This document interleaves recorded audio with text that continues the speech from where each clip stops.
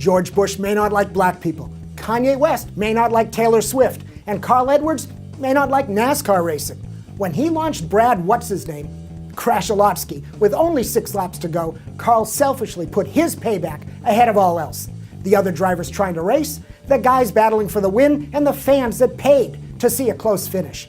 Carl didn't care about the racing, he had his own priorities. So in honor of his sponsor, I say Carl Edwards is not just a quack, he's a real affluck. And it wasn't even a great flip. Here's some airtime so big these guys earned frequent flyer points. Carl Edwards was too comfortable place kicking the guy.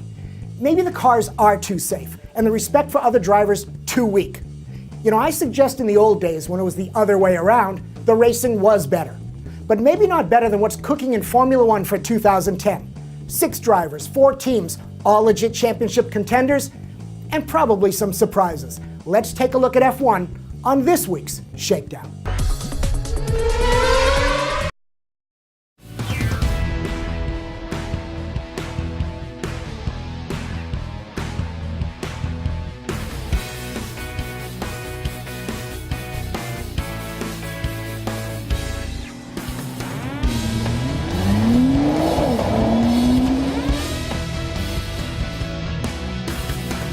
Exclusively at autostream.com/yoparts.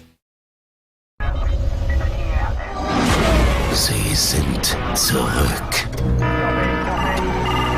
Und diesmal sind sie nicht allein.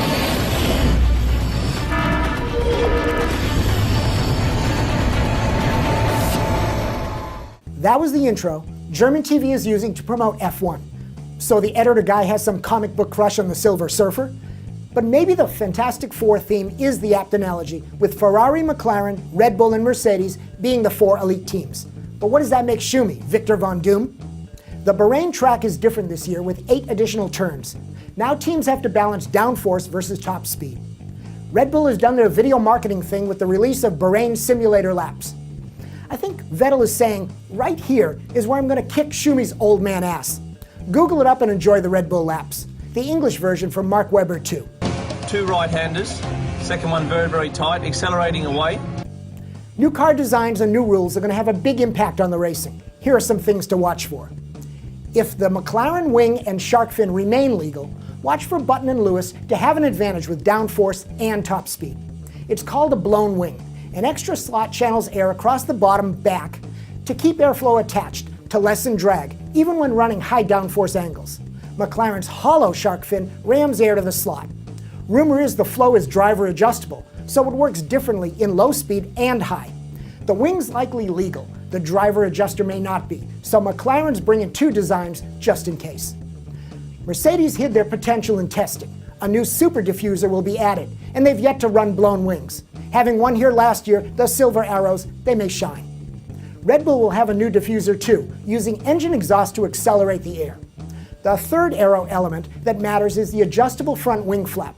Up to 6 degrees, I think. With tire management dictated by the rules, the driver that masters this tool to keep the car balanced will have a faster race. The new rules that put a premium on tires are the following.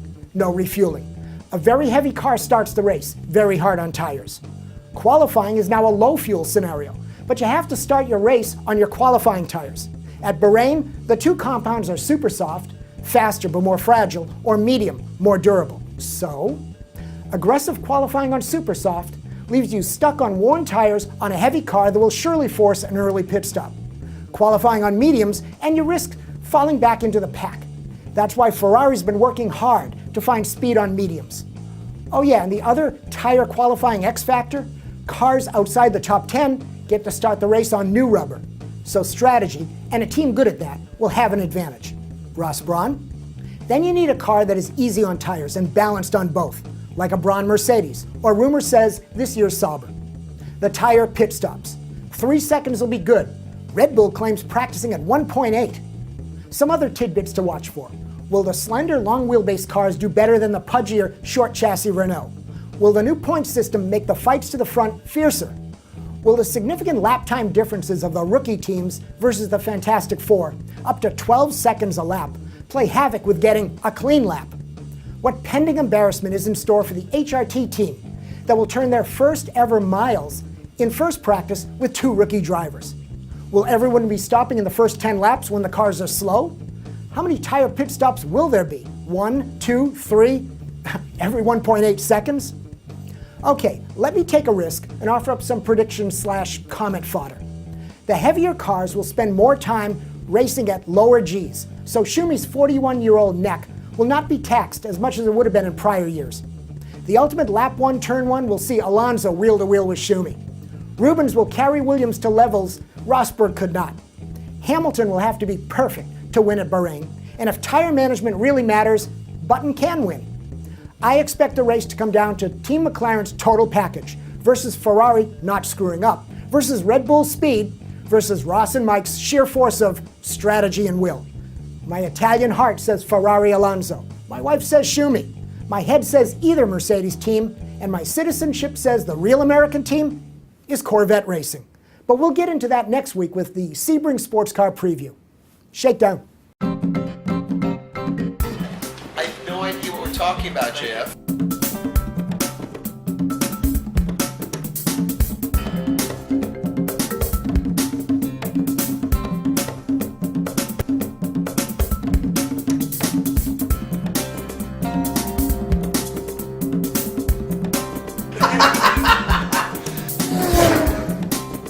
This is how I feel about you. Gentle, not hurting.